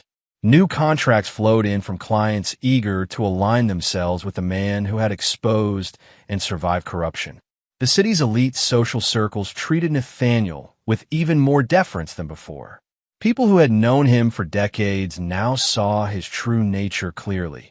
The calculation behind his courtesy, the ruthlessness behind his philanthropy, the capacity for total destruction behind his business acumen. On Christmas Eve, 1 year after Diana had told him not to come home, Nathaniel sat alone in his restored study, the house empty of all traces of his former family. A bottle of expensive whiskey on his desk, untouched. Phone silent. The latest issue of Portland Business Journal featured him on the cover, Developer of the Year. A knock at the door interrupted his thoughts. Leo entered, looking uncharacteristically hesitant. "What is it?" Nathaniel asked. "Vanessa is outside. She's been there for 20 minutes, apparently working up courage to ring the bell." Nathaniel considered the information. Since that difficult choice at the beginning, Vanessa had shown no real contrition, only regret at being caught on the wrong side of his revenge. She had witnessed the complete destruction of her mother's life, the exposure of the conspiracy, the ruthlessness with which Nathaniel had eliminated every threat. "Tell her I'm not available," he decided, "and that she shouldn't return. Nate, she's your daughter. At some point." No. The word was final, absolute. She chose her side. She laughed about forgetting I existed. She attempted to steal from me. Actions have consequences, Leo. No exceptions. After Leo departed, Nathaniel poured himself a small measure of whiskey after all. Through the study window, he watched Vanessa return her car, shoulders slumped. She drove away without looking back. The whiskey was smooth, aged to perfection. Like his revenge, it had taken time to reach its ideal state. Victor Hargrove destroyed, Roy imprisoned, Diana exiled, their co-conspirators scattered or ruined. His empire remained intact, stronger than ever. His reputation as someone not to be crossed was now legendary. He thought briefly of the young man he'd once been, desperately building a life from nothing, driven by an unforgiving nature even then. That core hadn't changed. Success had merely refined his methods, expanded his reach, provided more sophisticated tools for destruction. His phone buzzed with a message from the new head of the Planning Commission, confirming approval for Decker Construction's next major project. Another victory, another expansion. The city continued to reshape itself according to his vision. Nathaniel finished his whiskey and returned to his work. Tomorrow would bring new challenges, new obstacles, perhaps new betrayals to uncover and punish. He was ready for all of it. The study's old grandfather clock chimed midnight. Christmas Day had arrived. Somewhere, Diana celebrated exile from everything she'd known. Roy counted the years left in prison. Vanessa nursed her grief and abandonment in a distant city. And Nathaniel Decker, who never forgot and never forgave, sat in his empty mansion, surrounded by his victories. Cold vengeance, perfectly executed. Justice, as he defined it, completely served. The clock continued its steady ticking, marking time in a life where loyalty was absolute, betrayal was unforgivable, and consequences were eternal. And there you have it. Another story comes to an end. What did you think? I'd love to hear your thoughts in the comments below. If you enjoy this story, consider joining our community by subscribing. It means the world to us. For more stories like this one, check out the recommended videos on screen. And I'll see you there.